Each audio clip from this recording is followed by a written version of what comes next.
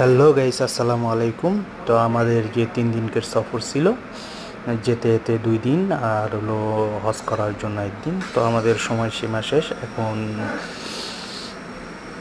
কর্মস্থলে বা নির্দিষ্ট স্থলে পৌঁছানোর জন্য রওনা হলাম গাড়ির থেকে। এই যে ভিডিওটা করতেছি, তো এই যে একটি বাস, আমরা আরেকটি বাসে বসে ভিডিও করছি। তো এই যে মক্কা যে প্রচুর পরিমাণ পাহাড় আছে, একমাত্র বোঝা যায় যে যারা মক্কায় আসবে তারাই বুঝতে পারবে যে পাহাড়ের কি একটা নীলাখেলা অবস্থা, আল্লাহ তাআলার দেওয়া দান।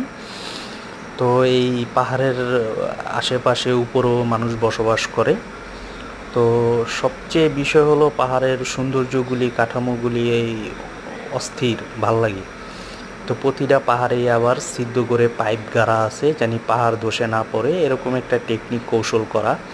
তো উন্নত রাষ্ট্র হিসাবে টেকনিক স্বাভাবিকই গ্রহণ করতে পারে তারা। তো এই পাহাড়গুলি কেটে কেটে আবার বাড়িঘর নির্মাণ করে, রোড নির্মাণ করে, যেমন এই পাহাড়টা কেটে রোড নির্মাণ করছে। তো সব কিছু মিলিয়ে ওভারঅল আল্লাহ তালার কাছে লাখো গুণ শুক্রিয়া। ভালো সহি সালামতে এখন যার যার কর্মস্থানে পৌঁছাতে পারলে লাখো গুণ শুক্রিয়া আদায় হবে আল্লাহর কাছে। তো আল্লাহ তালা হজকে কবুল আর মঞ্জুর করুক। তো এই হচ্ছে কারেন্টের টাওয়ার, তো এই যে বাস, আরও সব কিছু মিলিয়ে দৃশ্যটা আলহামদুলিল্লাহ। তো সামনে গ্লাস থেকে ভিডিও করা, তো একটু ঘোলা ঘোলা দেখা যাচ্ছে।